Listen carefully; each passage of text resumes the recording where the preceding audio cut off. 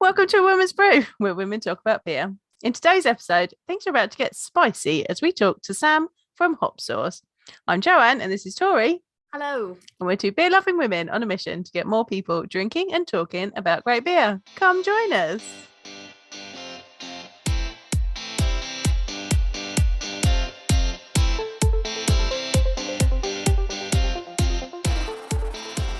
Right, so welcome, Sam. Do you want to introduce a little bit about who you are, who your business is? Thank you for joining us. I'm super excited. I know I'm definitely super excited. I know Jo's not a massive hot sauce person, but I'm sure she's happy as well. So tell us a bit about yourself and your business. Thank you, Tori. And Jo, by the end of this, I'm hoping to convert it. We're going to convert you. I've got questions. We're going to convert her. I think one of the key things, just to say up front, the reason why I love hot sauce so much is there's so much diversity in the type of flavor that you can get from it. And one of the key things about hot sauce is it's all meant to be about the flavor, not about the heat. You know, the heat is a byproduct, and some of the flavors are hotter than others, but we really do try to make sure that what we make tastes good. In the same way we all love craft beer, the idea is here we're all meant to love the taste of what it is that we're eating and not kind of have to wolf it down because it's insanely hot. But yeah, so I'm Sam or Sammy. I am the founder and managing director of Hopt Sauce. A little bit of sort of, personal background on me. I live in North London, Kilburn. Unfortunately, not so much craft beer around here. I end up heading over to sort of Hackney, Dalston, on the overground to get my verdant experiment fix and sometimes go south as well to places like Cloudwater and Brew by Numbers as well. Shout out to those guys. But yeah, I have a son and a wife, and yeah, I've been making hot sauce for several years, and just recently decided to turn pro, so to speak. I had a few recipes that I really liked and thought I could take mainstream, so that's what I did. My first question really is why beer in hot sauce? What made you want to put beer in hot sauce? Yeah, it's a great question. I think I was drunk at the time when I came up with the idea. Where all the best ideas come from. That is, we just did our coffee and beer episode, and we found that actually all the best ideas come from when you drink. Yeah, exactly. Yeah, so I was living in New York. I was very lucky to be about 5 or 6 blocks away from Other Half. So I was very spoiled for hazy New England style IPAs at the time, and that was all the craze. And I remember, huge lines of people outside of the brewery around the block waiting to get cans, and I would just rock up with a growler at 12 o'clock when they opened, where there was no line, and just take it home and drink it fresh. And I got super into hot sauce when I lived in the States as well. I've always liked spicy food. My dad is from North Africa, so I have that sort of in my blood, I guess, in terms of eating spicy. But when I went to America, I started trying Mexican food for the first time. Obviously, over here, I'd had Chipotle and tortilla and stuff, but there, it was authentic stuff from local Mexican bodegas, and they'd have some crazy hot sauce, just sitting in some weird plastic tub on the counter. And after a few pints at Other Half, heading back over to my place, I'd stop and get a burrito and just slather it in these local homemade sauces. And I'd ask those questions. Usually, there'd be a chef there, or sometimes it'd be the grandmother of the family that owned the shop that's selling the burritos would make their own recipe, and I would just ask questions about the types of things that went into it, and just got super interested in the diversity of chili and flavor and stuff. And I kind of figured just one day I was the same way that beer is super floral in some cases, has incredible diversity of flavor, and hops in particular are this vegetal, sort of fruity, sometimes plant, herb, medicinal type thing that you can put into a beer that makes it, not only preserves it, you've heard all the things on the brewery tours, but also makes it taste really good as well. Gives it that bitterness in some cases, or kind of floralness in others. I just thought combining that with chilies would be a really good idea. And so I tried to make my first one with T90 pellets that I ground into the sauce. It tasted disgusting because if you've ever been on a brewery tour, you know that they say, don't eat those pellets whole. And I ended up putting way too much in. So I kind of dialed it back, and I started experimenting with different ways of steeping the hops, like a tea bag type method, exactly using those.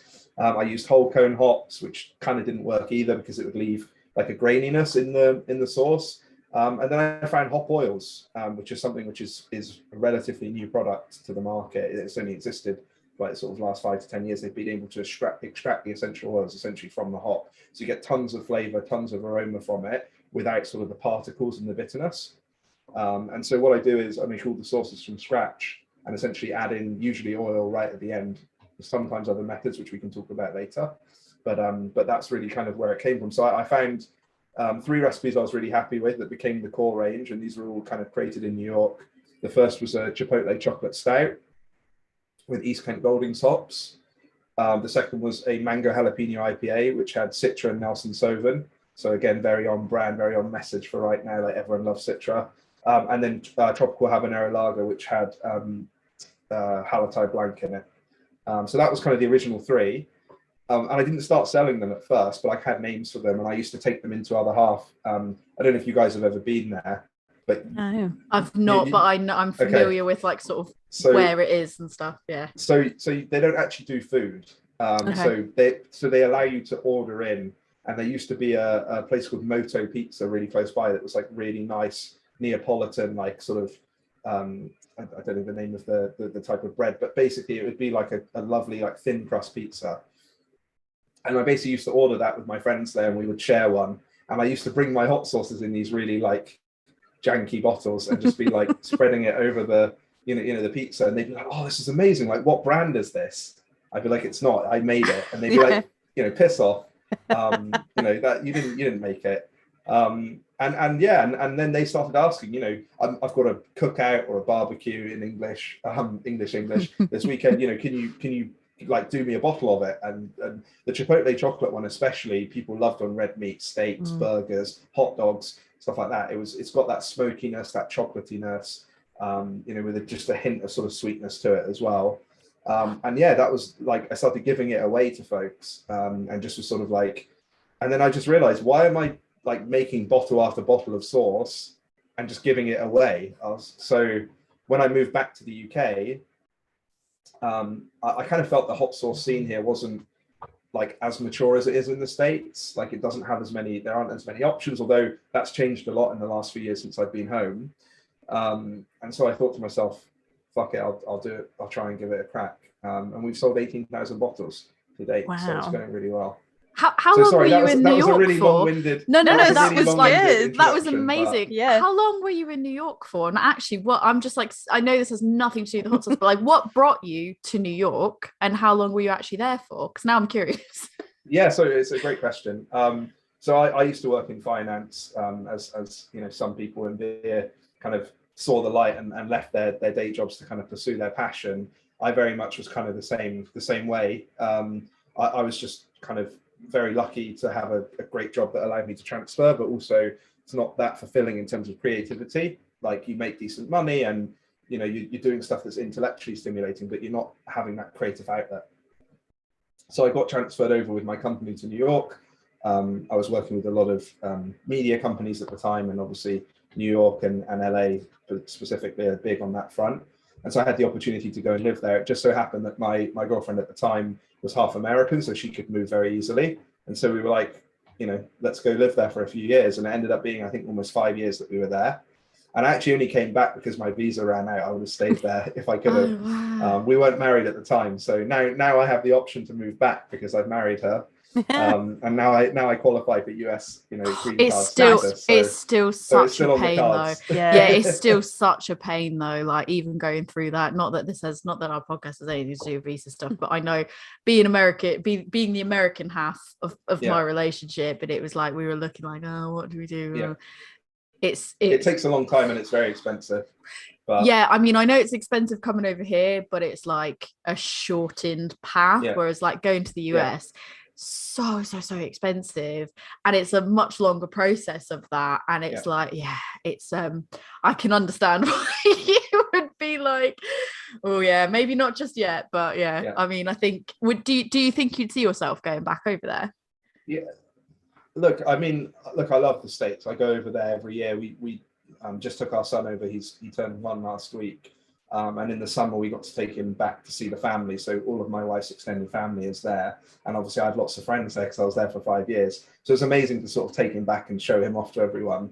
I love it there. I absolutely love it there. So, in my absolute ideal world, it would be 50-50, because I love London. I have, my family is here, but I'd love to, I hate the winter here. It's so horrible. And I know New York has more extreme winter, but it doesn't just rain all the time. Like it's loads gray. of snow. It's so funny though, because I'm the opposite. I prefer my summers into fall back in the US, because I'm from Massachusetts, I'm New England. So for us, it's big on apple picking season and foliage and all the full flavors of pumpkin, everything. And I love that. And I love the summers because there's more of the beach is closer, people have swimming pools, all that. And I hate snow, and I hate Boston winters are fucking horrible. I like proper winters. I like proper winters. I like it when here winter, because I'm snow. I talked to my mum today and she was going, yeah, we've got 12 inches of snow, and I was like, nope, I'm all set. I am good, happy here. I'm the exact opposite of you. You've lost your accent, by the way. It's a poor showing on your American accent. Trust me, everyone's like, he's an accent sponge. What I say all the time, I play the foreign card, and then I have to explain to people, no, I am genuinely actually foreign. I'm not being horrible. Genuinely I am. And they're like, West Country's not foreign. And I was like, I'm genuinely not from West Country. I'm genuinely from Boston. But yeah, no, totally. I think when we first met, I think I asked you that because I'm from the West Country originally, and you have a twang, and I was like, oh, is that, where are you from? Yeah, and I was like, no, this is just, if you combine an American with someone from the Southeast or whatever, you create a West Country accent, which is apparently so. We're from all over the place. People have said oh, do you live have you ever lived there? And I'm like, no, not even, nope, not at all. I've gone to Bristol a bunch of times, but I've never lived there. Never gone for extended periods of time at all. But yeah, no, I totally relate to that. Ideal 50-50 would be amazing, just to get the different experience as well. I know I'm taking us off topic, but this thing this is what we do here. this shape that is the thing that we live on, this planet, what do you call it? If you were calling it what, world? Yeah, exactly. Yeah, the world. So I say world, and my wife who's from North London is always taking the piss out of me because I say world, and she says world. Well, yeah, world. Oh, see, I'd say world. Yeah. But that's world. The thing is how would you say the fruit that monkeys eat? Because I can't describe it any other way. Banana. Yeah, I'd say banana as well.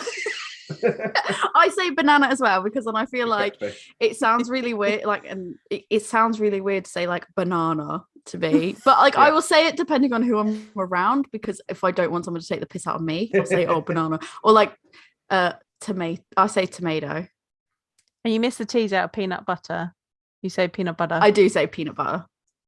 This is gold for your audience, by the way. They're gonna love it. Everyone's definitely gonna love it. They're this is the best episode speaking ever. of that, I haven't opened this one yet, but the chipotle chocolate stout. So that's the OG. That's the OG okay. one. It's the original recipe I ever made that tasted half decent, and obviously it's gone through a few iterations since then to get it, legit. But yeah, that was the one that was sort of the start of Hopt, I guess, if there was a first sauce. I'm excited for this now. I've been slowly, I think I told you on a message before, what started off is we had one thing from you. I bought the set from Mirakai. From Mirakai, they had the beer and they had the hot sauce, and I was like, that sounds amazing. I love hot sauce. My husband loves hot sauce. And we got to a point that that froze one. I was literally like, I don't want to use the rest of this bottle. It is too good. We went through it too quickly. I was like, I cannot keep eating this because it's going to be gone, and then I'm going to be really sad because I won't have any left. So we've been slowly working our way through the bottles, but I'm still we get to the bottom of one and I'm like, all right, we just need thoughts and prayers for the fact that this is the end of the bottle. Super sad because it's so good. Can I just give a shout out as well? Emma and Ollie. So they are the Dave Grohl of craft beer. They are the nicest people. They're so ever. lovely. Just absolutely lovely people. We were just there the other week, and I mentioned the fact that I was loving the hot sauce and everything. I was like, oh, so good, and they just were talking about how lovely you were as well. So yeah, just so great to be surrounded by such good people, isn't it? It's really like a blessing to have such really nice people surrounding us. But yeah, speaking of that leads me really nicely into the next question, which are like, who are some of the breweries that you've worked with? So obviously we just said Mirakai, but like, who are the other breweries that you've collaborated with? It's another great question. I think I guess when I came into this, I was kind of desperate to work with anyone. So I wanted to build the brand, and I love craft beer. So literally, if anyone had said to me, "Oh, we'd be up for making hot sauce," I would have said yes. But the first challenge I had when we had 100 followers or whatever, and no one knew who we were, was just getting people to even respond to me. So I would reach out to like tons of breweries, being like, "Hey, I make craft beer hot sauces. You know, would you guys be interested?" And they leave you on red, or they wouldn't even see your message because no one knows who you are, right? I just moved back to the UK, so I wasn't connected into the scene here. There was a guy called Finn Lindsay who's at the Beer Experience. I have to give him a shout out. He kind of introduced me to a lot of the community here and kind of got me up to speed with like who was really legit and good now. Because when I left in 2015 to go to the States, it was Partisan, Colonel, Cloudwater just started, but they didn't really make IPAs. Like they made, saisons and stuff like that back then. So I had to get like ingratiated into the scene again, meet people and stuff like that. So in terms of the breweries I worked with, it was kind of, at the very beginning, it was kind of whoever would say yes. And I don't want to make that sound bad, but it was like, there were a few breweries where, I was just desperate to work with them. And I guess I didn't want to just, sacrifice the quality of my brand by working with just anyone. I had to like their beer. But what I mean is if someone who I liked and respected said yes, I'd be like all on it. So the first brewery that we did a collaboration with, I think was Brew by Numbers. And that was the first one that we did, which was a double IPA sauce with peach and passion fruit, which I don't think you have there. And, I just, again, they were just incredible to work with, like really, really great and sort of super kind of just let me kind of run with the process. They were like, "We love hot sauce. We've tried your stuff," as in the first 3 flavors that I talked you through earlier. And, we'll just love to see what you can do. But Brew by Numbers were amazing. We've worked with a couple of other breweries as well. Cloudwater, obviously, most recently, which I'm super proud of. Watching the video. I mean, for me, that was our almost 2-year anniversary when we did that sauce, and that blew my mind. Like, they are gods of craft beer to me. Like, they are absolutely incredible. Like, they don't really make bad beers in any style. It's kind of like, when you judge an actor or a director or someone like that, it's like they don't make a bad movie. Cloudwater don't make bad beers, in my opinion. It just doesn't. It's either because their brewers are so good, or if they make a bad beer, they have the courage to pour it away, which I really respect. I respect that a lot. Yeah, I've thrown away hot sauce batches before, and it's so painful. I make everything myself by hand. You spend hours on it. Your eyes are literally watering if you're not wearing goggles or whatever, or you accidentally take them off at the wrong point in time, and have to pour something away because it's too hot or it's too hoppy or whatever. It's just so painful, and it costs a lot of money. But I respect that massively. And again, I don't want to speak for them. I don't know if that is what happens to them regularly or has happened to them before. But I love the fact that everything they put out seems to taste good, and I order from them a lot. So I guess that's a couple. But again, honourable mentions. Howling Hops, incredible brewery in East London that I love. We worked with them. We worked with Amundsen, which to me kind of blew my mind. Like that one's amazing. Like pastry, kings. They're like the dessert beer kings. That was your blueberry one, wasn't it? I had that. We made chicken and waffles, which is very American. Like you don't get that often over here. You do have to go into like London to get really good chicken and waffles. Yeah. And because I got the blueberry one, I was like, what can we have this with? That'll be really good. And I was like, chicken and waffles. And we had that as like a dipping sauce on the side to our chicken and waffles. We did like buttermilk chicken and everything. And it was like when you had maple syrup and then you dumped that like blueberry hot sauce on it, it was just like such a perfect combination with the buttermilk chicken and the buttermilk waffles. Like, cannot recommend that enough for people to try. If you have it, chicken and waffles with that is just incredible. I just, by the way, that sauce has maple syrup in it as well. So you double maple, which I love. Sorry, that's what I'm looking for. Double maple sounds like a New England IPA. Double maple. Yeah. But yeah, so those guys, I mean, Jeff actually reached out to me, who's the owner of Amundsen, and again, lovely bloke, really nice guy. I love their brand. I love their like artwork, and I've had their beers for years. Like I've loved their dessert beers for years. And when he reached out to me and said, I love Hopt Sauce, like I just heard about you guys, like, do you want to do something together? I was blown away. Like it was absolutely insane. So yeah, we made a maple syrup and blueberry imperial stout sauce for Christmas. And it's called Naughty or Nice. Little Easter egg for you, by the way, for anyone who's watching who has that bottle, including you, Tor, if you still have one. It's in my fridge. I didn't take it out of the fridge. if you get a magnifying glass with your camera on your phone out and zoom in on there's 2 lists on the bottle for those that you don't know. Again, if people are listening to this and not watching, on the bottle there's essentially a picture of Santa Claus, and it's the same Santa Claus that's on the Amundsen Christmas beers. But it's a different portion of his face. I had the same artist draw something that was separate, but if you hold the can and the bottle together, it makes one image. But basically, if you look at that, it's basically the top part of his face without his beard, and in each of his ears are like kind of, because the sauce is called Naughty and Nice, it's meant to be that whole thing of having like a devil on one shoulder and an angel on the other. So he's got red chilies climbing up one side of his face with the naughty list. And then he's got blueberries, and one of them's holding like a maple syrup jug climbing up the other side, and it's nice list. So and if you zoom in on both of them, on the naughty list is me, Jeff, the artist who drew the image, and I think, I can't remember if we put anyone else on there, but that it's us 3 and I think 1 or 2 other people. And then on the nice side is one name, and it's my son's name, and I gave the bottle to my wife. When my son was born, and told her to look at like the corner. So for me, it's a nice little Easter egg that I put on the thing. That's just amazing. To kind of show her. That's so so a nice sweet. Story. Not many people know that. So I'm gonna go. Well, breaking news. Now you know it. I'm gonna go after this. And I'm gonna go like in the back of my fridge, and then I'm gonna go to my husband like, look at this. Look what I've just learned, and he's gonna be like, I don't know what you're talking about. No, that is so cool. That is incredibly cool. Do you ever feel like, just going off what you said about how you like Amundsen messaged you and you were just like, oh my God, I've been drinking their beer for years. Do you ever feel that, Joe and I talk all the time about imposter syndrome. Do you ever feel that like imposter syndrome of like someone that you've idolized in terms of like the beer world has reached out to you to do a collab? And are you ever like, I'd have to pinch myself because like, oh my God, you know, Amundsen wants to do a collab. Like, because I know when we've had people that we've spoken to that have said like, oh, like, I'll come on your podcast. We're like, really? Like, okay. Okay.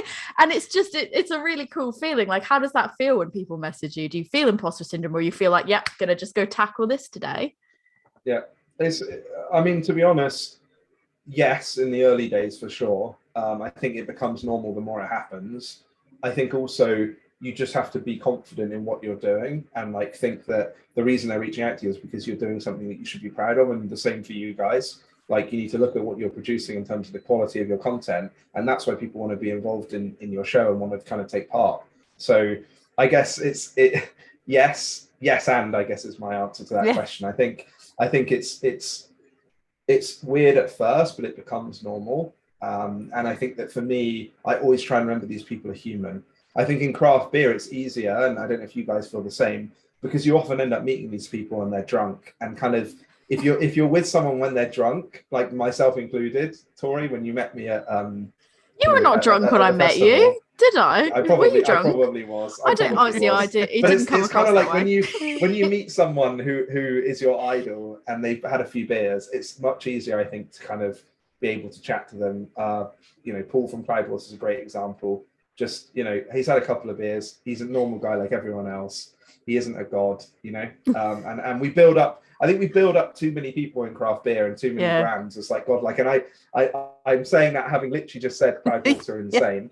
But like, breweries are companies, right? At the end of the day, they're made up by the people that work there, of course. Like I said, Meraki is another great example. Incredible people. I don't think the brand would be the same without them. I don't think the beer would be the same without Ollie brewing, and then the brand and everything, and all the business stuff that I know Emma does. It's key to their success. But like, everyone is human at the end of the day. People make mistakes. And that kind of, for me, is something important to remember in all of this, is we're all flawed. We're all human.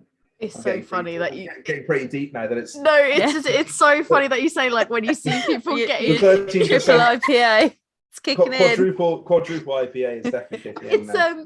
It's just really funny that you're like, then you see these people drunk at festivals, because there's been like so many times that's like, if you've not met people from a particular brewery or anything like that, and then you go to like a beer festival, and when it gets to the end of the night and everybody is drinking, everyone's smashed, and then you go out afterwards. Everyone's absolutely lovely. With the brewers. Yeah, like, everyone's that's the most insane so thing. lovely, like so nice and everything. But it's just so funny you say that, because I think you're right. There is this element, and I think Joe, we've had this conversation before as well. Yeah. There's this like level of, I don't know, because there's like people local to me. Like I've talked to people that work at breweries local to me and stuff like that, and there is this level of like, before you've met them, people put them on pedestal, like they get put on a pedestal, and then you meet them, and you're like you said, like, oh, they're a real person, and like I've hung out with them, and that's like it's just a really, initially it might be really surreal, but then like you're kind of like, oh, okay, like you said, you're a real person, and then you see them drunk at a beer festival, and you're like, oh, you're just human. But I think there is like, if you're a person that is the standard drinker that doesn't go to these tap rooms and doesn't meet these people in person, like you might think of them as being more than just a normal person. So it is, it's funny that you say that. I also think it can be challenging sometimes when you're not from the same, I guess, background or like kind of strata as these people. Like there, and again, without mentioning any names, like there are certain tap rooms you go to, and the bar staff or the brewery staff that work there are dicks. Like if you don't know what strata hops are, then you might as well get the fuck out. It's that kind of sort of thing. And all the guys that I've worked with, all the breweries I've worked with are humble, honest, decent, like nice people. And that's kind of like my criteria for working with them. Beyond me liking their beer, they have to not be dicks. I was gonna say there's dicks everywhere. That's a good criteria to have. It's Wheaton's like rule, isn't it? Number one, don't be dick. Yeah.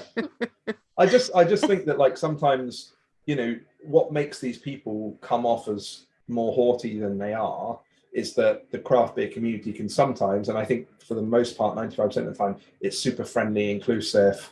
People want to like make friends with other people and be like a social connector.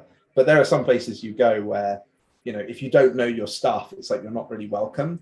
And I don't like those types of places, because I want to welcome as many people into the community and grow it as possible. Absolutely. So whether or not, even if you're drinking something like Brewdog, I know that's not a great brand to mention right now, and I'm not defending them personally. No. But like, if you're drinking Brewdog or Siren or maybe one of the sort of more macro craft breweries, for me, your opinion is as legitimate as someone who gets Cantillon every weekend shipped over by a cold chain airmail or whatever. Like, I feel like everyone should be able to have a voice and an opinion, and like that's what makes the community as good as it is. Yes, that thing is like, it doesn't matter if your budget is, I can afford to spend, £3 on a can, or I can afford to spend, 10, 15 quid on a bottle. Like, your opinion, if you're passionate about it and you care about it, regardless of that, like your opinion should be just as valid. It doesn't matter. Like, if you care and you're a decent person, like, shouldn't matter. We can all taste beer. Like, it's not like it's something that you've got to learn or you need a qualification for. If you drink it, you can taste it, and you can say whether you like it or not. Like, I actually love that, Joe. We can all taste beer. Like, that's it's so true. Yeah. Like, it's not like you're competing in an elite athletic competition where you have to be in the top 1% of the population to make the Olympics. It's like, literally, we can all put beer in our mouths. Yeah. We all have a valid opinion about how it tastes. So, I love that. That's Joe's beer school motto. Yeah, that's like, it's like, it's one of the hills I'm going to die on. I was going to say, it's like, it's Joe's beer school motto. It's like that, and if you taste it, it's there. Like, if you can taste mango in it, there's mango in it. There's mango in it. Like, even if nobody else you speak to says that I can taste mango, that doesn't mean that because you're tasting that it's not there. Yeah. I've got some more questions. Before I do that, I'm just going to crack open my next beer. Hang on. While you're doing that, can I ask you guys about your shirts? I'm loving the. Is it? Oh, she's got the nice wild card. This is Wild Card Brewery. I'm so jealous of that. I love dinosaurs. With this, they did a set of dinosaur beers, and this is they did a T-shirt of the Triceratops, and it was a the beer that went with it was a I think it was currant and sorrel sour. It was I had delicious. it was really nice. So I had good. it, but I'm jealous I don't have the shirt. Mine's No, I werewolf got the beer. shirt. Yeah, very cool. Repping cool. Camden. We've got way Werewolf too beer. many beer shirts. Is our problem. Shout out to you, Rich. Yeah. That was my crowdfunder shirt from Werewolf Beer. So, Boxcar. Bit of boxcar. Oh, Bit of boxcar. I like this jumper. Bethnal Green, yeah.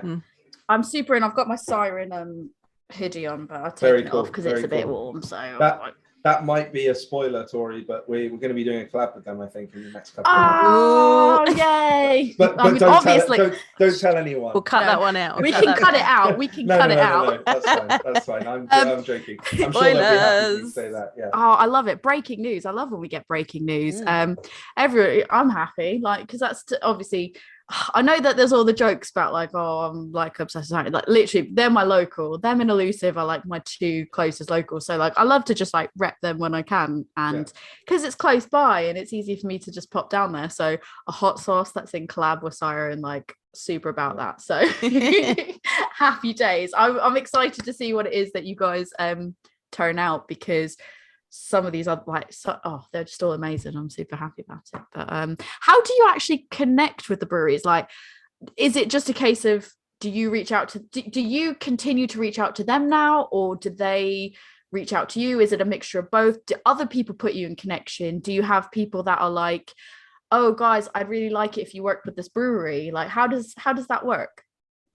So it's a combination of many methods. Some are more formal emails or Instagram messages between either me reaching out or people reaching out to us. Some are chance meetings at events where alcohol is involved. No one's ever drunk, because we already covered that. No one ever drinks these things. Exactly. It's all professional, all above board.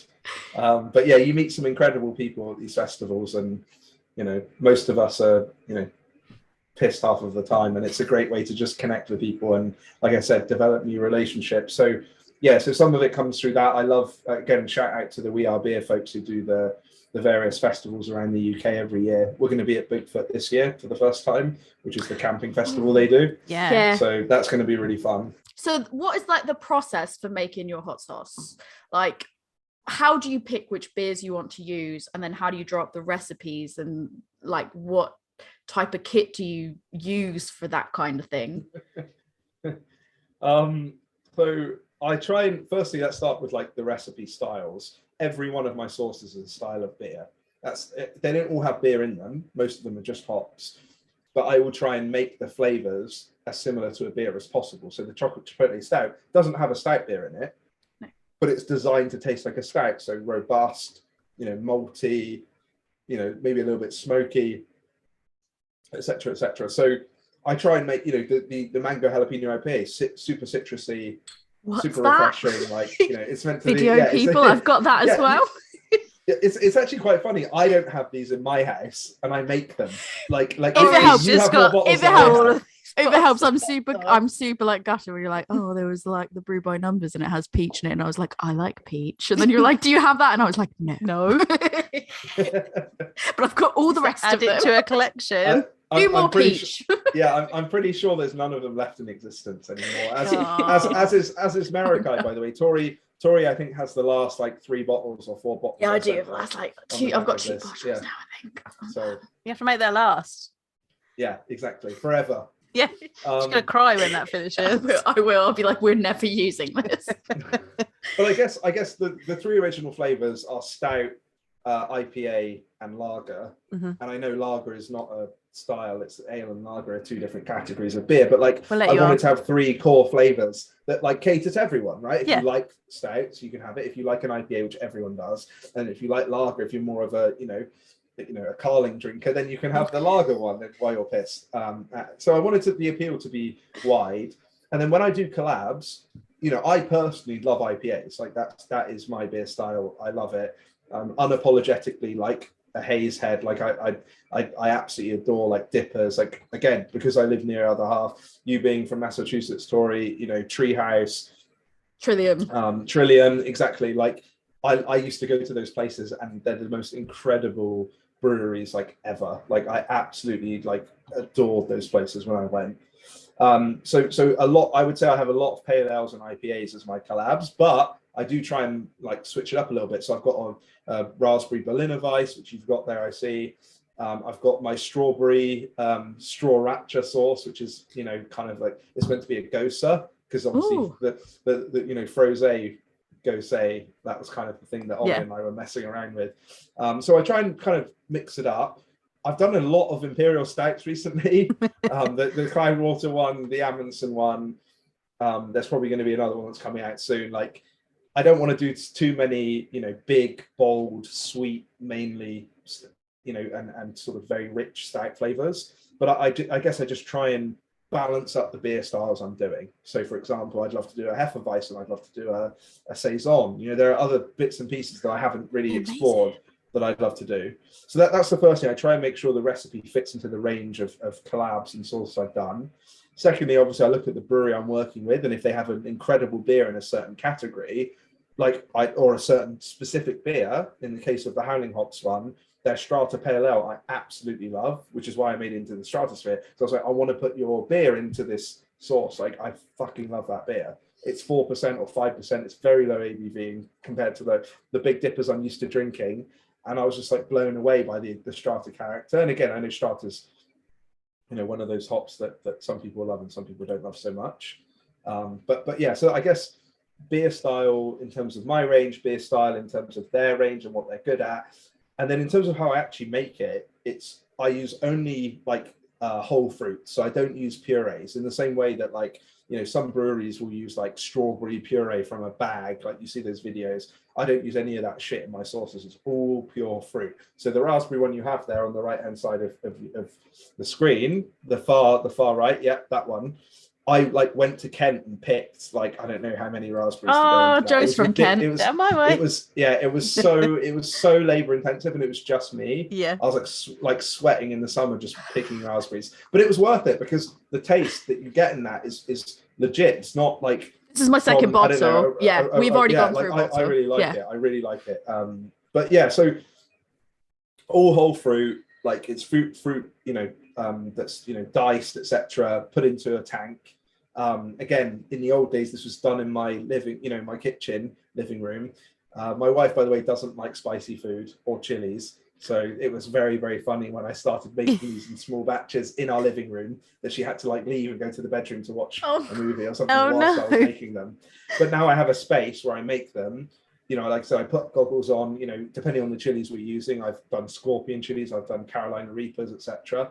But basically, I combine the chilies with the fruit, cook them down, reduce them down into like a paste, you know, and then we add some form of juice, usually pineapple juice, grapefruit juice, whatever it might be. Again, you know, fresh. We try and use fresh juice where we can, rather than, you know, from concentrate. And then essentially cook that, you know, boil it because you need to take all the germs out of it, etc., make it safe. And then we add the hops. So we either do, like I said, the sort of tea bag method. So we'll put a bunch of T90 pellets in a sack and dunk it into the sauce and essentially leave it there for a certain amount of time. Again, being careful not to cook the hops too much that it creates the sauce and makes it bitter. Or we'll add in like a hop oil. So like I said, at the end of the cook, we'll add in oil, and then let it cool, bottle it, and Bob's your uncle. You've got an insanely good hot sauce. It's not that complicated. Like people who it's nowhere near as difficult as brewing. So my kind of part of the reason why I did a hot sauce company is because I was not good enough to be a brewer. I was going to say, like, Joe has been, for my Christmas present, Joe got me like a make your own hot sauce kit because she knows how much I like hot sauce. It's like a nice, it's over there. You got it over there.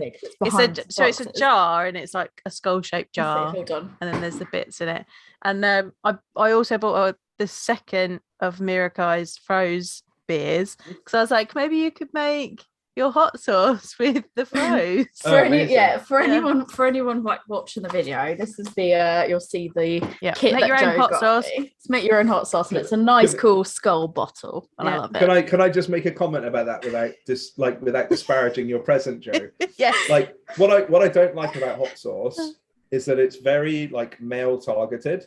Yeah. And it's very like, are you man enough? So the Right, fact right. there's this caution on the top of the box, Yeah. if you turn the You're box, right, actually. Yeah, like, you're very right. There's a skull on it. It's basically, are you man enough? It will say, how hot will you go? Yeah. Right. That's to be fair. Yeah, I didn't even when think of started- that. Like literally, know I that just Tori like likes skulls. I was like, she It's- likes skulls. She likes hot sauce. She'll make her own. Perfect. I Never guess even would it's, have thought that. You're very right. Yeah, you're very it's- right. it's something that I thought about when I started the company. And again, it goes back to what we said at the very start of the interview. Like, I wanted to make a company that it doesn't matter what background you're from.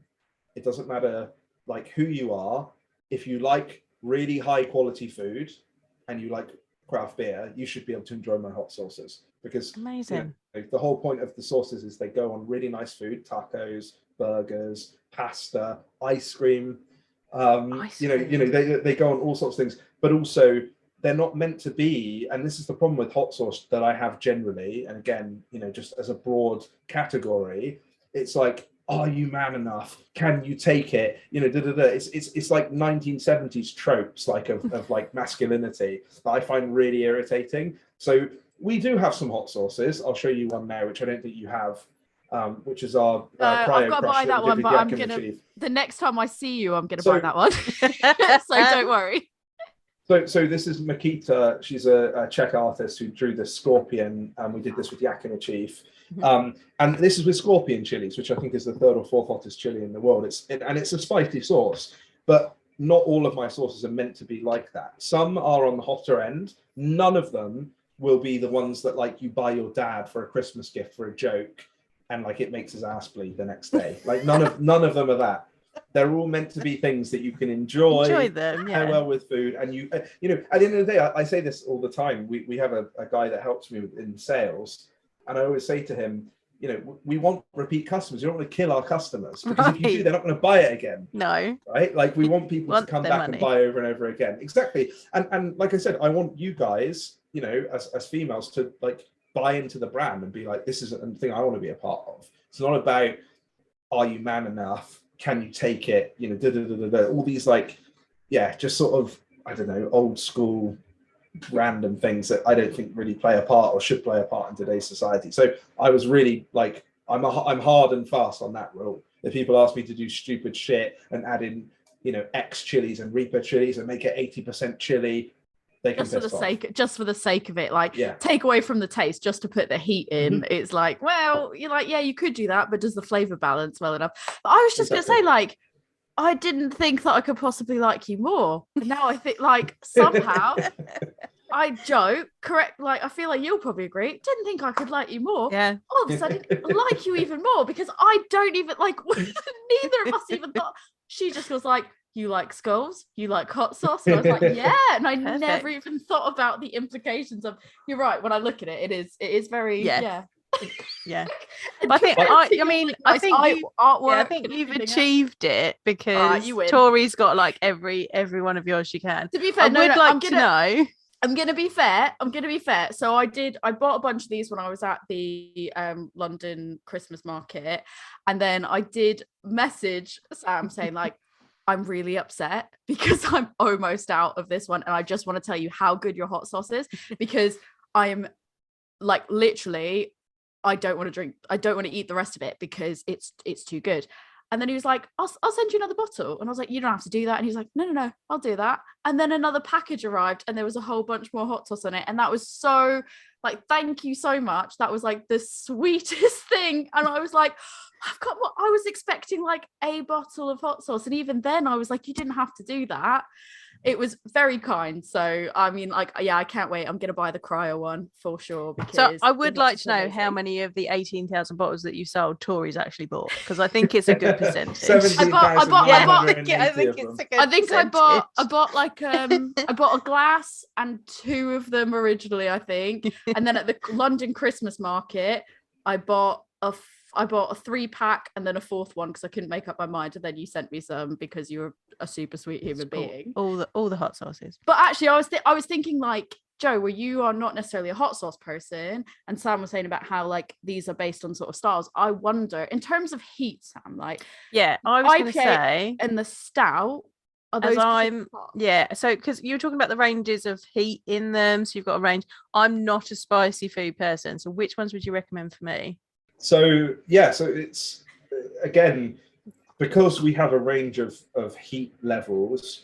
I think that we have a lot of sauces which some people come and say that's not hot, and I'm kind of like, that's the point. It's meant to be something that gives you a little tingle, but it goes really well on a specific food, whether it's a burrito or a taco or a burger or fries or whatever it is, pizza.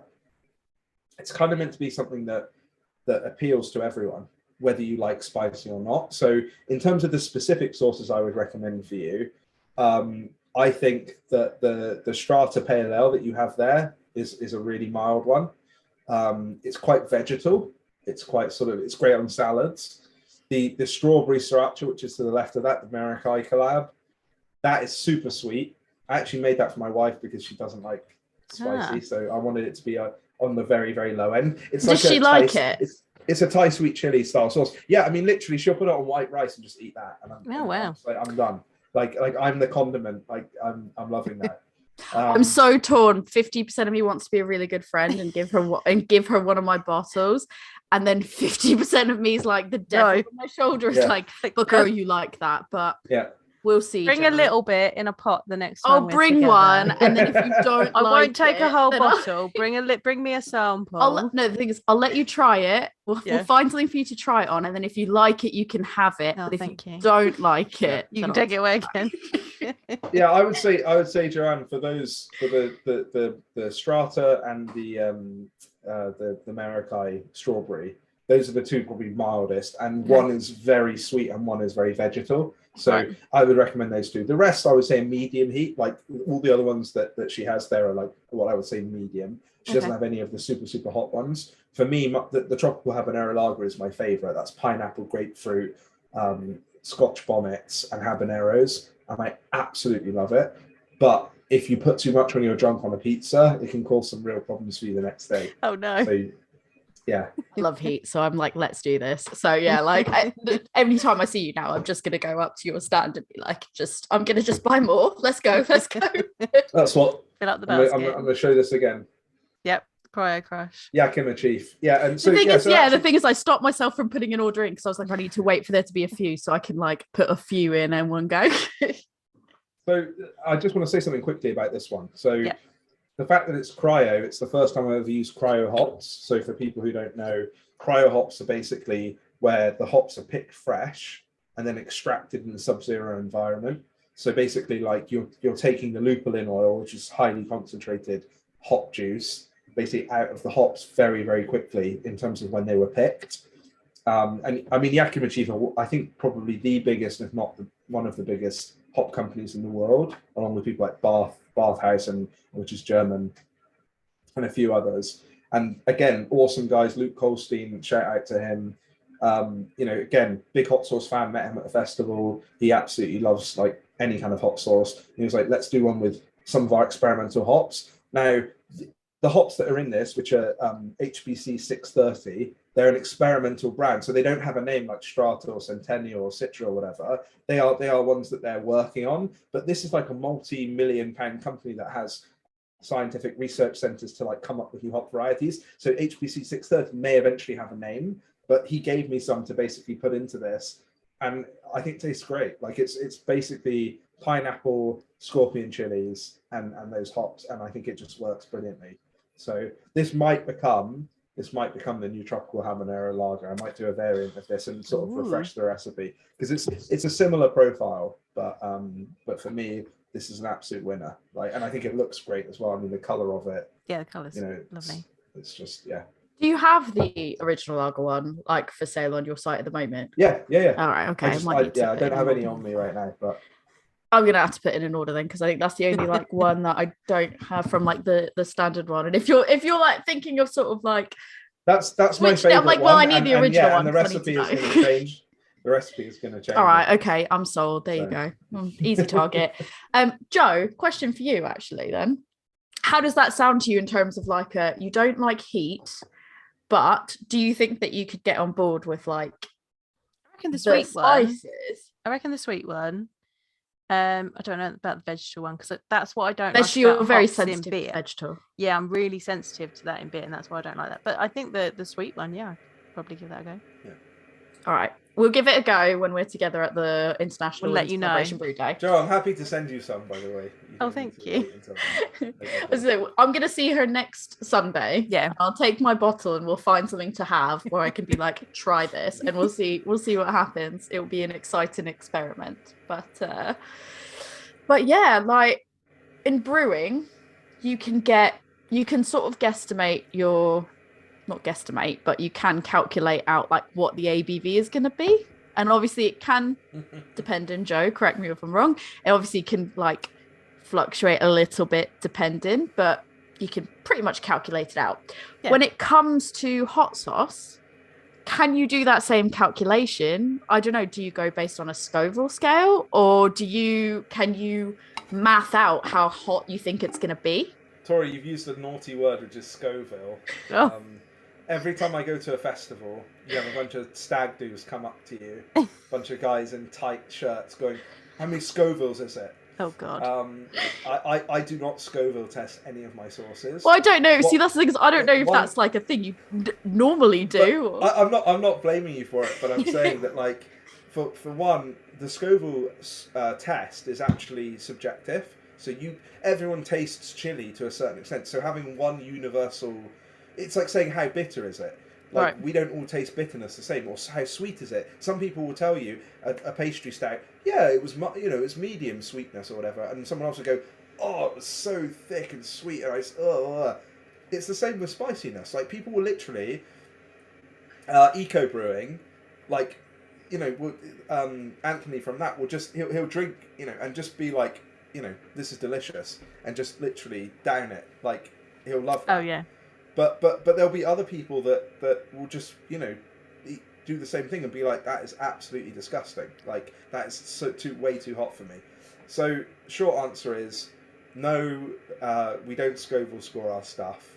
However, I taste everything that we do, and then we kind of I basically not the bottle that you have at the end of the day is not the first version of that recipe. So I will always make sure that I cook a certain number before I actually kind of send it out to the customer. The big difference, story, which is a great point, is what you were saying about where you can predict the ABV in a brewery. For us, when I do it on a big scale, obviously I don't make 500 bottles before I send them out and try one, because obviously if the other 499 are too spicy, I can't send it out. So what I try to do is build a recipe that I know scales. And I've actually used a few people, over the last few years as sort of consultants to help me figure that out. People who have worked for much bigger factory type production things to sort of take my home kitchen recipe and help me scale it, because you don't just times the chili by the number of bottles and hope that it's the same. Yeah. The other thing that makes a big difference as well is the hotness of the chili. So people think that every Scorpion chili is the same. It's not true. Every year it's different. Every in the same way hops every year is a different flavour just profile. about to say that's just right? like hops. Like so I try really hard to secure hop, chili suppliers and hop suppliers where I know that that it's going to be consistent. But also you have to deal with what nature gives you, which I kind of like as well. So I guess long-winded answer, but basically I try and pilot the recipes I do. I come up with one that I think can be scaled. I work on scaling it, and then I produce a batch that kind of comes out how it is.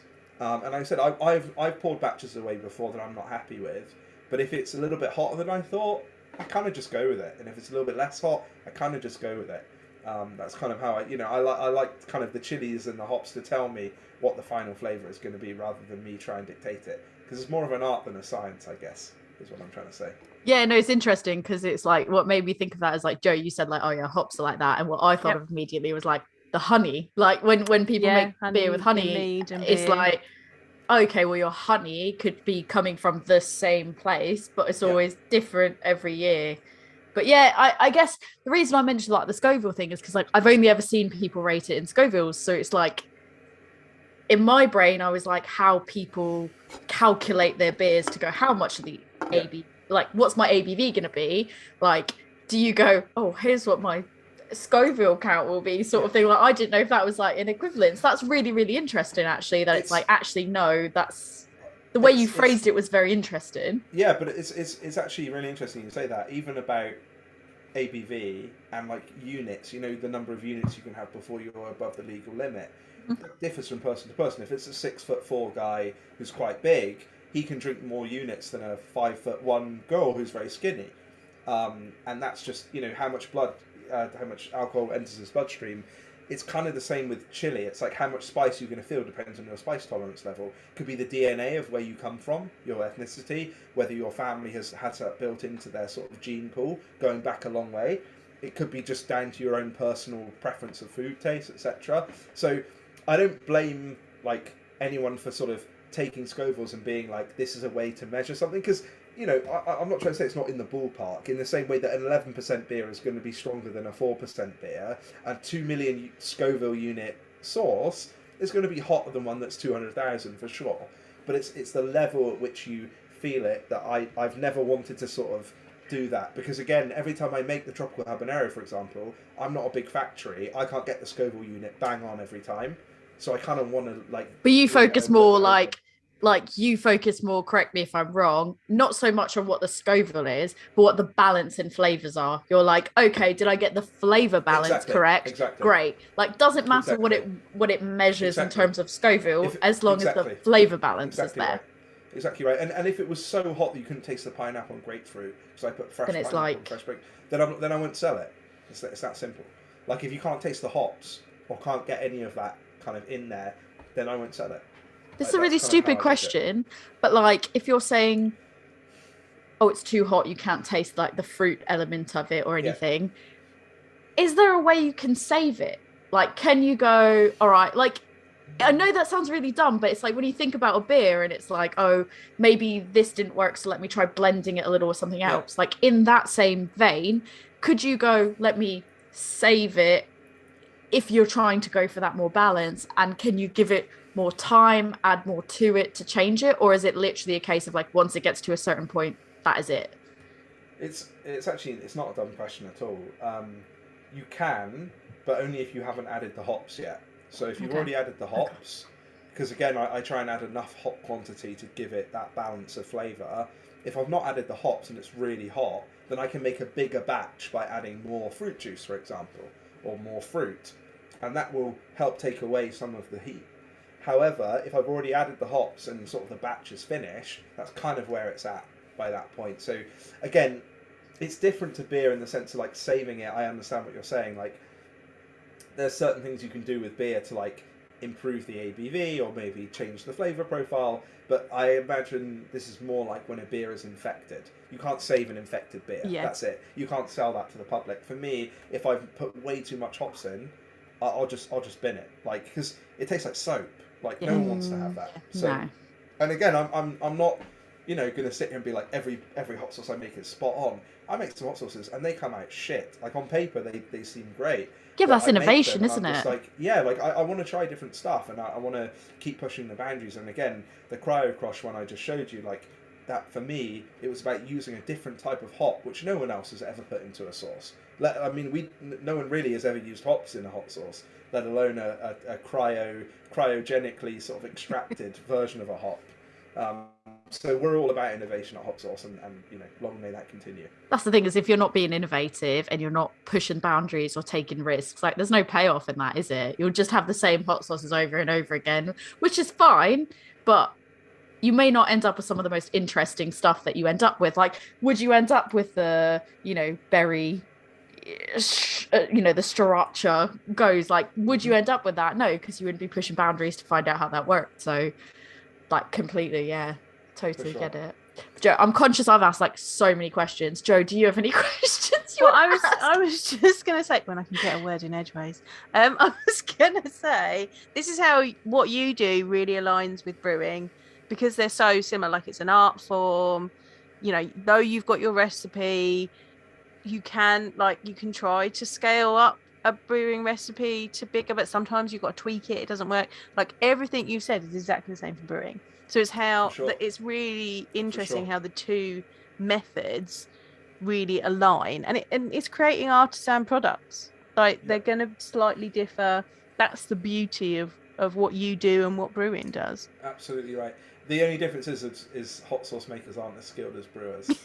And I said that to Ollie when we made the Marikai beer together. Firstly, brewing is 80% cleaning, which No, I it's 90% cleaning. Like I was just like Ollie. I was like I had all these grand visions of what it would be like to be a brewer for a day. And I go down and it's like, okay, we have to scrub this tank, then we have to clean this out, then we have to sweep this up, then we have to run this stuff through this line to make sure it's... And I'm just like, dude, I thought we were going to put some fucking malt and hops and water together and create but you magic. can't do that until you've sanitized everything. So for sure, like, those guys are way more skilled than us hot sauce makers are. And again, I encourage everyone, go on YouTube, look up how to make hot sauce, or buy one of those lovely kits that Joe got Tori, and just try it yourself. Like, it's so easy. It's not as complicated as home brewing. Like, you don't have to worry about stuff exploding. You don't have to worry about stuff like not tasting great. Like, you can make a decent hot sauce with a very amateurish like setup. I started making it with all stuff I ordered on Amazon that was super simple. Like, there's nothing... I want to like demystify that whole thing. Like, you can buy chilies again that suit your own taste, that are freely available in supermarkets and stuff in the UK. You don't have to... I mean, I buy all my stuff from Rwanda. Like, I buy a lot of my chilies from there. And I import them directly from a farm because I like the quality and I like the consistency.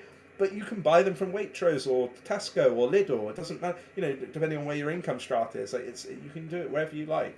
It's really open. And Joe, I love what you say as well around, it's an agricultural product. You can't make it the same. This is not a Budweiser. This is not whether you taste it in Tokyo or New York. And they don't, like, when they make their beer, they make it higher ABV and then they water it down to make it exactly the same. Like, if you want something that's got interesting flavors and like an interesting story and is made by like people, there's going to have to be a differentiation, and that's what makes it really interesting and delicious. Yeah.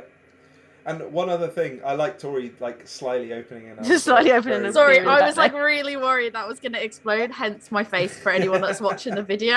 You might have heard it and you might have seen my face.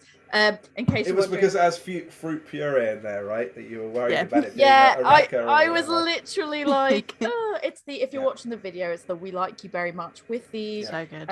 straw. Very best of friends. Yeah, that was my face. Sorry.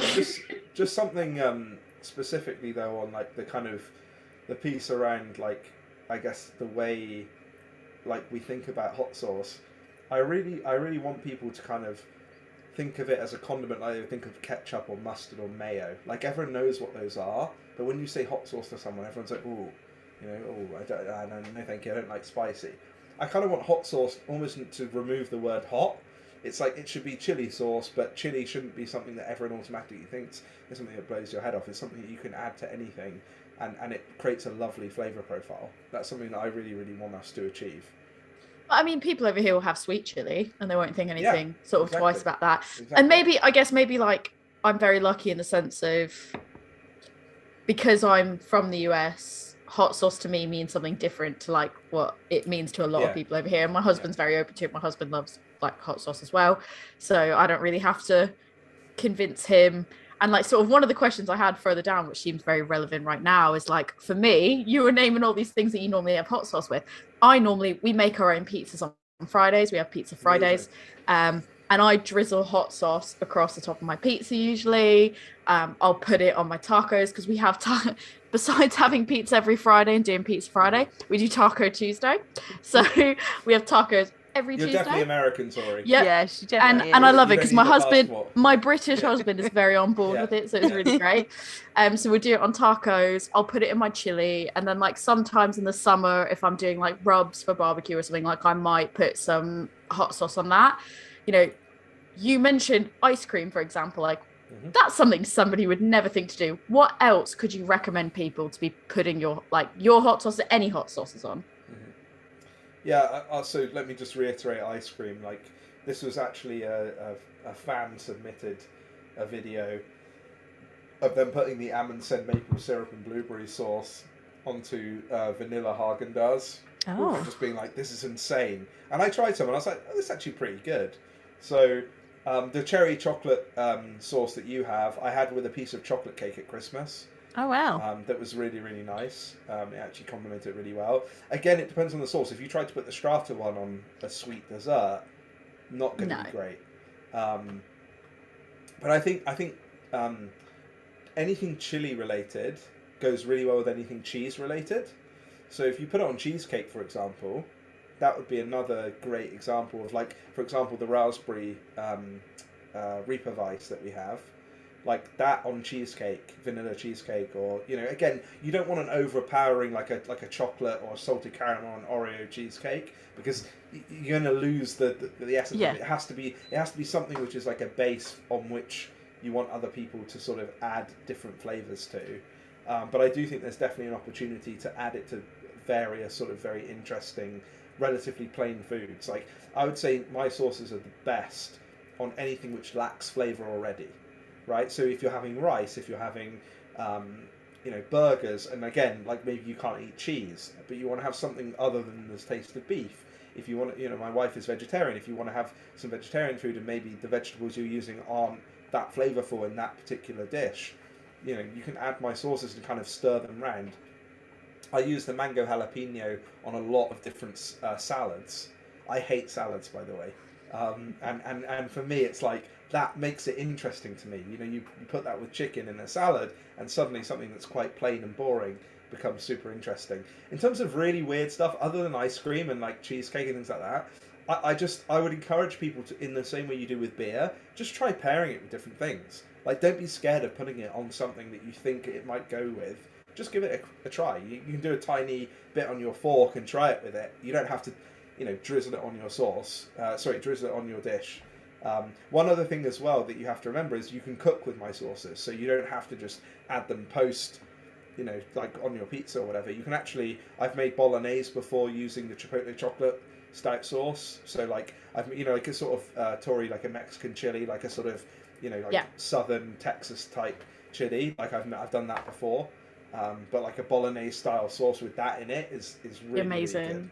So slow cook it, you know, put the beef in like early, and it comes out great. Amazing. So, what got you interested in hot sauce in the first place? There was a few things. I think, firstly, growing up around spicy food was a big thing. I really loved spicy food growing up, and my dad is from North Africa. I had a lot of Arabic spicy food growing up, so that was a really, really big inspiration for me. But really, it was mainly just traveling in the US and having like access to like Mexican food, and so much Mexican food is not spicy, but so much of it is based on that sort of core spiciness. Like everything there is about spiciness and flavor and giving you a shock to your system when you try something. So for me, it was an incredible experience traveling in the US, and not just in New York, but just getting to travel. I think I did 39 states in 5 years. Wow. So I got to go across a lot of the states. I went to Texas, More states than I've gone to. Arizona, places like that, and I absolutely loved it. So for me, I think I always had a love for spice, curries, and things like that. I love Indian food. London is obviously the best place in the world, I think, for Indian food outside of India. And I absolutely love curries, and that got me into spice, I think, more than just my childhood. And then on top of that, like I said, when I went to the States, you have that Mexican influence layered on top. I'm just kind of like a spice fiend now. It's like, it doesn't matter what culture it comes from, I want to have it. It's interesting you say that, because like, yeah, I feel like American Indian, I don't know, Joe, like, did you try to have Indian food? Because Joe was on cruise ships, she worked in the US quite a bit. Like, I've always grown up of like, oh, I don't like Indian food because the Indian food we get in the US is not very good, until I moved over here, and then I was like, no, Indian food's amazing. Tori, you're totally right. There's a place in New York called Curry Hill, which is in Midtown Manhattan. It's crap. It's crap. My parents came over to visit me, and I was like, do you guys want to order Indian? Yeah. My mum's like, no, I don't like Indian. And I was like, no, I promise you. I was like, bad. I promise you, like, I will get you something you like. And then she tried it, and she was like, oh, it's actually really good. And I was like, I know. Joe, did you ever have Indian food in the US? Not an Indian fan. No. That's I guess you don't like spice. I don't like spice either. So Joe, the biggest difference between UK and US Indian food is that US Indian food is like dyed through like E numbers. Oh, and God. UK Indian food is all through natural herbs like turmeric and things like that make the colour of the curry sauce. And again, going back to my original chat about not everything, hot sauce isn't always spicy. Indian food isn't always spicy. If you get nice Indian curries that are from the south of India, they're super mild. And again, I would encourage you to try it, at least as a sort of way to branch out and try something different. Maybe go for some like Kerala, fish curries or something that are super mild. Like they have like turmeric and coriander and things like that in them, but they're very, very mild in terms of spice. So I would really encourage you to try that if you haven't already. Well, as I say, my mum doesn't like turmeric. I think it's turmeric she doesn't like. Yeah. It's either turmeric or curry powder, like one of the two she doesn't like. And so she was like, no, I don't like Indian food. I don't like this. And then I convinced her, like we showed her the menu and she got something that was like a mango curry. So we got her this mango curry and she was like, I'm going to give that a go. And she tried it and she was like, oh my God, it's actually really amazing. And then there's something else that we can get at our Indian takeaway, which is just like grilled meats. Not grilled, but it's Is it in a tandoor? Tandoor. It's like a tandoori meat platter where there's no actual sauce on it and it's not necessarily spicy, but it's like just a really nice, like a really good rub on it, and it's really, really good. So if you people that don't like spice, I definitely recommend trying those things from your Indian. Also, Indians have paneer cheese, which is a very mild. Oh yeah, paneer cheese. Cube cheese, which is you can have it with spinach, etc. It's not all crazy spicy stuff like English people think of Indian. They think vindaloo, madras, like crazy shit. It doesn't always have to be that way. One of my last questions. I've only got a few more. Dream collaboration. So take out everybody you've already collaborated with. I've already done Cloudwater. Take it out. If you put aside everybody you've already collaborated with, going forward, who's your next dream collaboration and what do you want to make with them? Ooh, that's a tough one. Brewery wise, it's got to be one of the sort of northeast US breweries, so other half Trillium. I would say that's the trio, and I think it would have to be like a tipper sauce or something, like a heavily hopped, extremely fruity, extremely kind of juicy sauce. Juicy boy. So yeah, exactly, a juicy boy, and it will be called Juicy Boy now, Tori. If I ever. That's it. I think what you have to do is you have to go to other half because that's your roots. You need to do like a birthday hot sauce, and you need to go where it's all started. Other half, and you need to do Juicy Boy. There you go. I love it. Idea. That's yours. Have it. Yeah. I feel like that's the thing is we have people on, and I go. Yeah.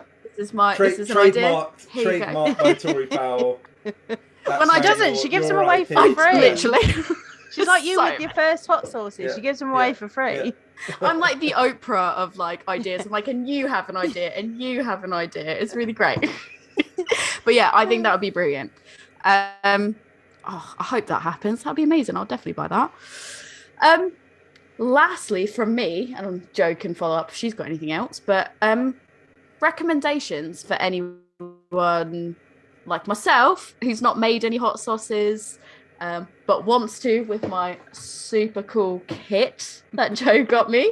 Any pitfalls that I should be aware of, any top tips you can give me, or how do I incorporate beer? How does that work?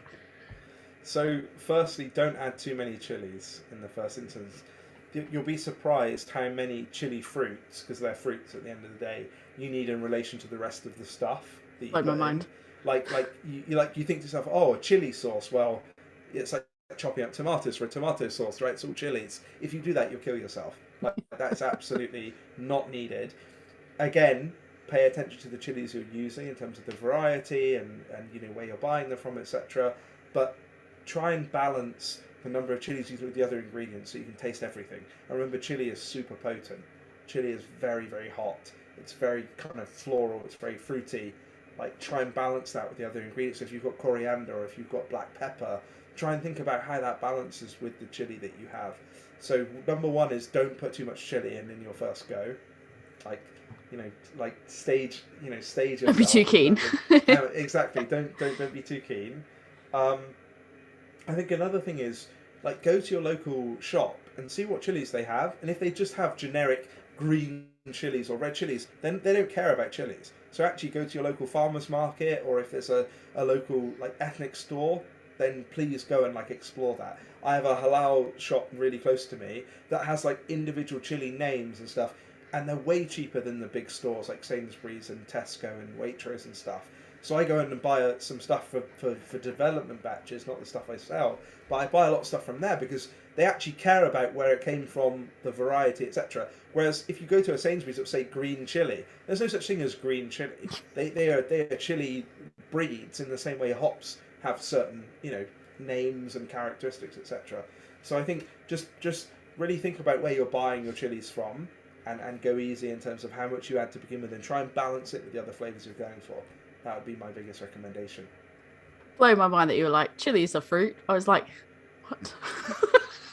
The fact you said it like the first sentence, I was like, I have learned things. This is brewing. If you think about a tomato, right? A tomato is a big, that's a fruit. juicy Yeah, I ball, know. and it's got seeds in it, and you open a chili and it's the same, but same. the difference is the seeds in a chili are fucking hot, whereas the seeds in a tomato are, you know, sweet and no one really tastes them. So have you ever like cut a chili and then been like, oh, I've got an itch, and then like scratched? Like, have you ever? Yes. I feel like I used to make Yes. salsa, and I'd make my salsa and I'd Yes. use like jalapenos, and I'd like be like, oh no, that's bad.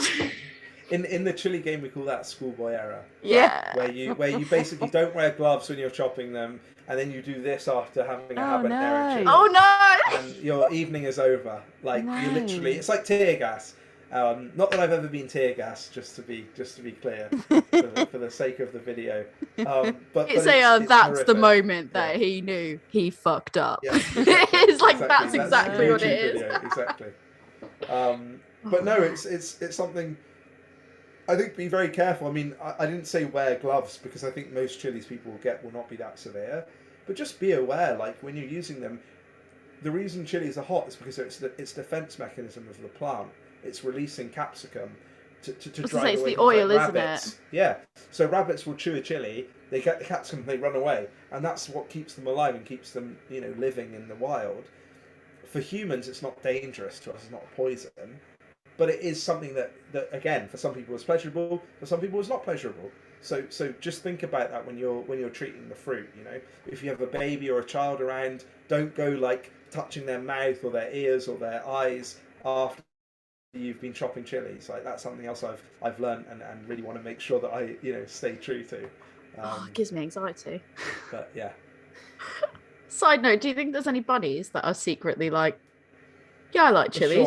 For sure. I love the idea of like a Bugs Bunny sort of rebel version. Going Like up to most chili of them and are like, yeah. most of them What's are up, like, Doc? oh Yeah, no, yeah. and then like one of them's instead like, of a carrot, he's got got a red chili. chili. He's just like, you know. that could be one of the designs for another label you have as a Bugs Thanks, Bunny Tori. chewing a chili. there That's you go. I'll also write that yours. down. That's Start great. writing these down.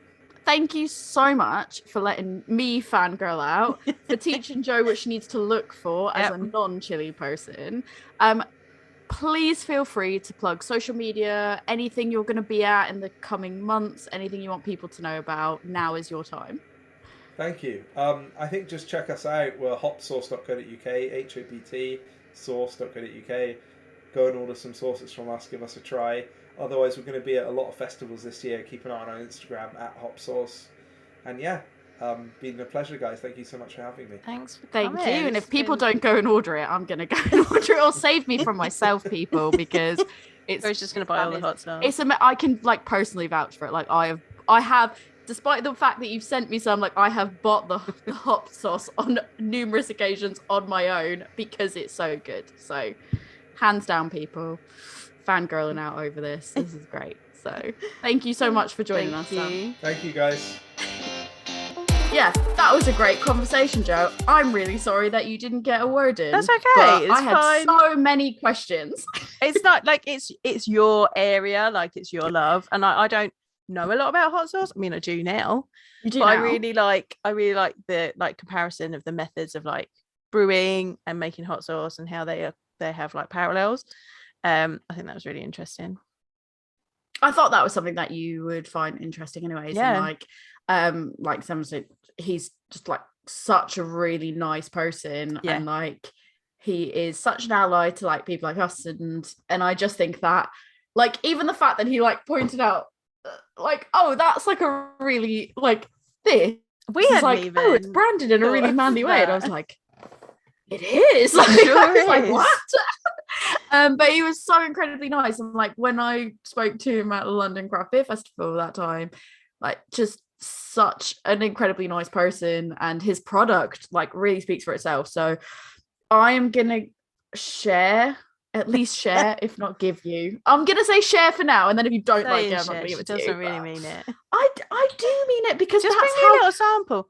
I don't want to deprive you of your favourite hot sauce, so just bring me a little sample to try. That's fine. This was like probably the one that set me down the path. But then this cloud water really was like, oh no, that sounds really all of them were really good. What I'll do is, because this is my second bottle of the cloud water, what I'll do is I'll bring some when we meet up next, and you can try some of it, and then if you like it, maybe I'll be nice enough to give you a bottle. Thanks. We'll see. But I mean, I'm a benevolent person, so I'll do that. But just for you, don't let anyone else in. Okay, don't tell anyone, or the people that are listening. No one else listen to that. Maybe Joe, you can have some. But yeah, I've got a stupid hot sauce addiction, and it's not great, but they make very quality things. So I can definitely vouch for them. Definitely check them out. We'll put the link in. And like very high end stuff. If you're not convinced by this conversation, try it for yourself. Take my word for it, or don't. Just try it at least once. It'll be good. But yeah, Joe, if people want to talk about, I don't know, what do you want people to talk to you about? Well, if you want to come and recommend like my old sweet hot sauces for me, like sweet chili sauces, then I am Woman's Brew on Facebook, Instagram, and Twitter. That account's probably been taken over by the podcast, but that's okay. You can come and talk to us there about the podcast. Sorry. Hashtag. We're not sorry. If you would like to come and learn about brewing processes that have parallels to making hot sauce, you can do that at my beer school, which is Love Beer Learning. And we are Love Beer Learning on Facebook, Instagram, Twitter, TikTok, and Pinterest. We also have a website, which is lovebeerlearning.co.uk, and an email address, which is lovebeerlearning@gmail.com. And you can get hold of us for the podcast there at the moment. We may be updating that a little bit and have something for you, but that secret is at the moment. It's top secret. So yeah, come and chat to us there. Where Tori, if they want to ask you about your hot sauce addiction, can they find you? Well, if you want to know more about the hot sauces that I enjoy, and you want recommendations from me on hot sauces, you can find me on Instagram at adventures_in_hoptimism. So yeah, come talk to me about hot sauces, or what I like to do with my hot sauces, like in terms of cooking recipes, all that. Happy to share, happy to talk hot sauces. I've got so many hot sauces, it's pretty bad. So I feel like that could be a new talk to me about your blog. Oh god, stop it.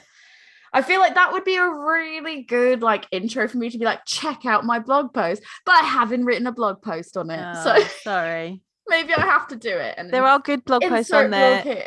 There are good blog posts there to read anyway.